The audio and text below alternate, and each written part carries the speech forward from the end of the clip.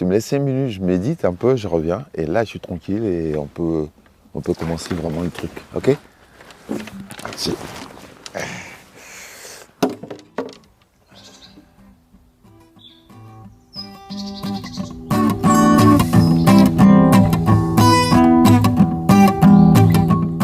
Moi, je suis musicien, voilà. Je suis franco-ivoirien. Can I remember the last time when she was walk up in a brownie sun to bring in the evening time? Lot of the food in a wiki. Can I remember the last time? Ici, c'est la survie, en fait.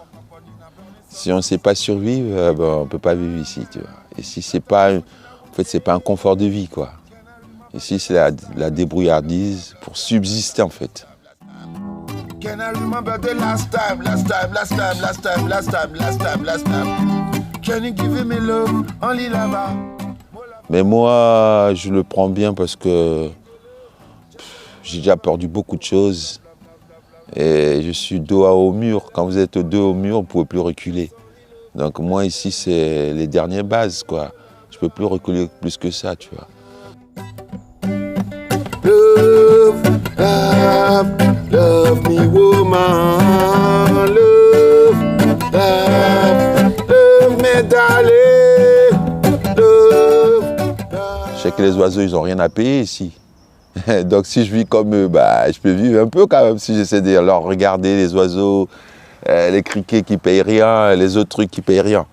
Les papillons qui ne payent rien ici, moi aussi je peux ne pas payer rien et puis essayer de vivre comme ça.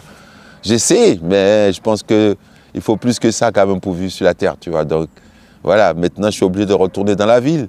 Et si je retourne dans la ville, il me faut bien payer des choses. Donc je suis obligé de retourner à mon histoire, tu vois, à mon histoire de ce que j'ai fait avant et de tout ce qu'on m'a exproprié, de tout ce qu'on m'a pris. Trop pleuré, nous avons trop crié nos douleurs. Nous sommes trop lamentés de toutes ces méchancetés.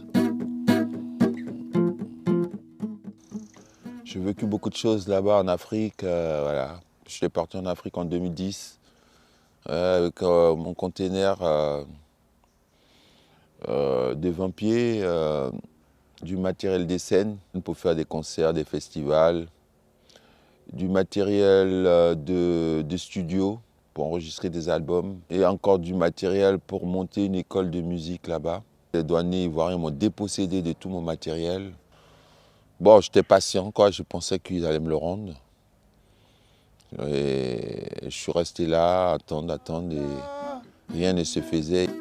Assis dans l'obscurité, n'attend que la ration quotidienne. J'avais écopé une année de prison plus 5 ans d'interdiction du pays. Et je trouvais ça très injuste parce que ils ont mon matériel et ils m'interdisent de venir sur la terre où mon matériel se trouve. Bon, c'était un peu, pour moi tout ça, c'était vraiment, je savais qu'il y avait un faux truc derrière. Parce que je fais une musique engagée, mais en principe, ma musique, elle n'agresse personne, elle dit seulement les choses. Tu vois.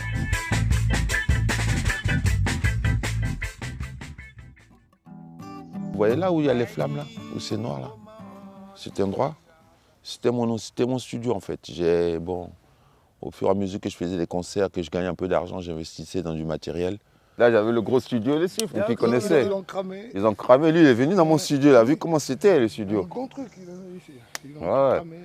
Je faisais du bon son, tout ça et tout. On était en train de faire des enregistrements bien et tout. C'était presque un attentat. On a brûlé mon studio. Pendant que j'étais dedans, je dormais. Batterie, les pianos, les claviers, plusieurs pianos, plusieurs claviers.